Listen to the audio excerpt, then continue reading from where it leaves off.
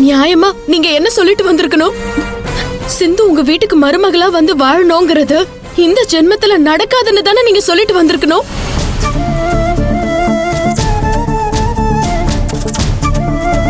நீங்க என்கிட்ட சொல்றேன்னு சொல்லிட்டு வந்தீங்கன்னா என்ன அர்த்தம் செவந்தி? நான் அந்த வீட்டுக்கு போய் வாழறது சரின்னு நீங்களும் முடிவெடுத்திருக்கீங்கன்னு தானே அர்த்தம்.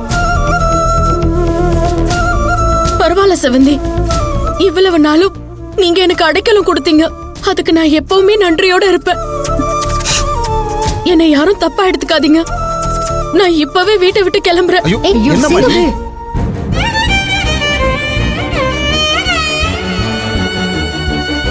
என்ன நீ வீட்டை விட்டு போறேன்னு சொல்லிட்டு இருக்க? நீ என் உயிரடி.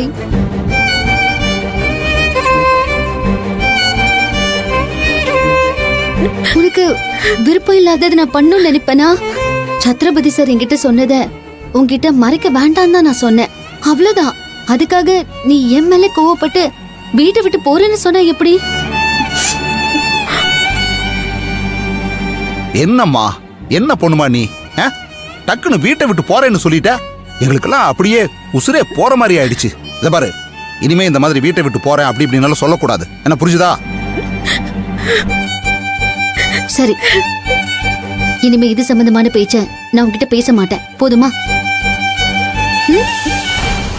நீங்க என்ன தப்பா எடுத்துக்காதீங்க செவந்தி. என் வாழ்க்கையை நாசம் பண்ண அந்த பொறுக்கையோட வீட்டுல போய் எப்படி என்னால வாழ முடியும்? சிந்து என்ன சொன்னாலும் அவ உங்க வீட்டுக்கு வாழ வர மாட்டா சார்னு நீங்க சொல்லிட்டு வந்திருந்தீங்கன்னா நான் ரொம்ப சந்தோஷப்பட்டிருப்பேன்.